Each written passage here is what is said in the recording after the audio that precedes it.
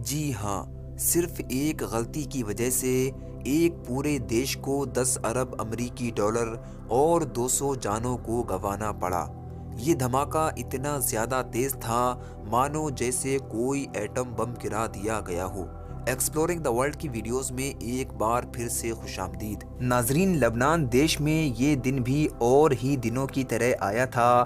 لوگ اپنی اپنی زندگی میں بزی تھے اور اپنا اپنا کاروبار چلا رہے تھے، لیکن کس کو معلوم تھا کہ ابھی کچھ ہی دیر کے بعد میں دیش کے اندر قیامت آنے والی ہے۔ دراصل 4 اگست 2020 منگل کے دن لبنان کی راجدھانی بیروت کی بندرگاہ پر ایک دھماکہ ہوا۔ دھماکہ اتنا زیادہ تیز تھا کہ اس کی آواز 240 کلومیٹر تک سنائی دی۔ بیروت کی بندرگاہ پر موجود ایک ویئر ہاؤس میں 2750 ٹن امونیم نائٹریٹ جمع کیا گیا تھا اور یہ کیمیکل پچھلے 6 سالوں سے اس بندرگاہ پر رکھا ہوا تھا۔ بہت سارے لوگ یا پھر بزنس مین غیر قانونی طور پر یہ کیمیکل ایک جگہ سے دوسری جگہ امپورٹ یا پھر ایکسپورٹ کرتے ہیں، جس کو بیچ کر یہ لوگ کافی پیسہ بناتے ہیں۔ ٹھیک اسی طرح بیروت کی بندرگاہ پر جہازوں سے یہ کیمیکل ضبط کیا گیا تھا۔ اس میں سرکار یا پھر دیکھ ریکھ کرنے والوں کی کمی مانی جا سکتی ہے کہ اتنی زیادہ مقدار میں یہ خطرناک کیمیکل بنا کسی حفاظت کے ایک ایسی جگہ پر رکھا ہوا تھا جو کہ شہر سے بہت ہی زیادہ قریب تھی۔ ناظرین، امونیم نائٹریٹ ایک بنا خوشبو والا کیمیکل ہوتا ہے جس کا کئی کاموں میں استعمال کیا جاتا ہے۔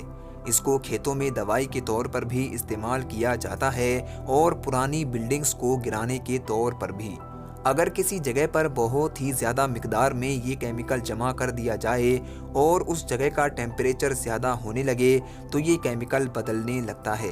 جیسے ہی اس جگہ کا ٹیمپریچر 170 ڈگری تک جاتا ہے تو اس سے نائٹرس آکسائڈ نام کی گیس نکلتی ہے جس کو لافنگ گیس بھی کہا جاتا ہے۔ اسی دوران اگر اس گیس سے کوئی چنگاری ٹکرا جائے تو اس میں دھماکہ ہو جاتا ہے۔ سیم یہی معاملہ ہوا تھا بیروت کی بندرگاہ پر۔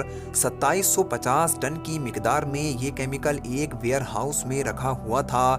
جیسے ہی وہاں کا ٹیمپریچر زیادہ ہوا تو ایک ہلکا سا دھماکہ ہوا جس میں سے آگ نکلنے لگی اور دھوئیں کا ایک بادل آسمان میں چھانے لگا اور ٹھیک بارش کی طرح آسمان میں بجلی کڑکنے لگی۔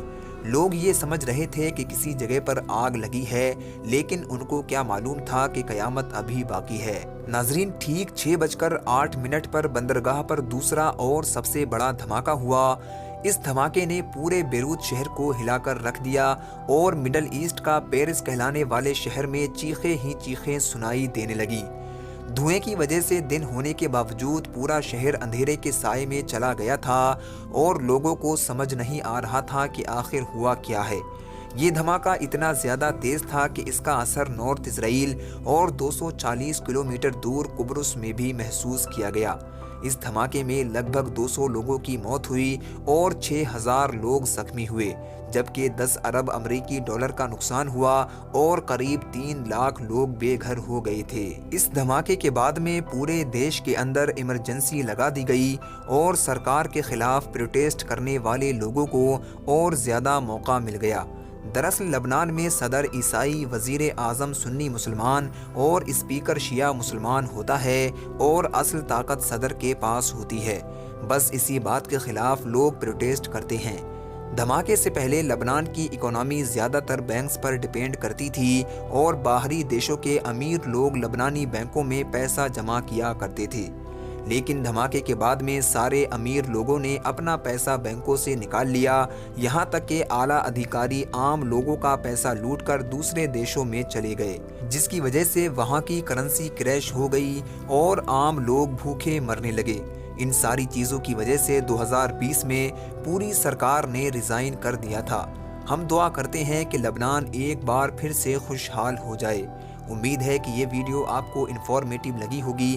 اگر یہ ویڈیو آپ کو پسند آئی ہے تو لائک اور شیئر ضرور کر دیں اور چینل کو بھی ضرور سبسکرائب کر لیں۔ ملتے ہیں نیکسٹ ویڈیو کے اندر، جب تک کے لیے گڈ لک۔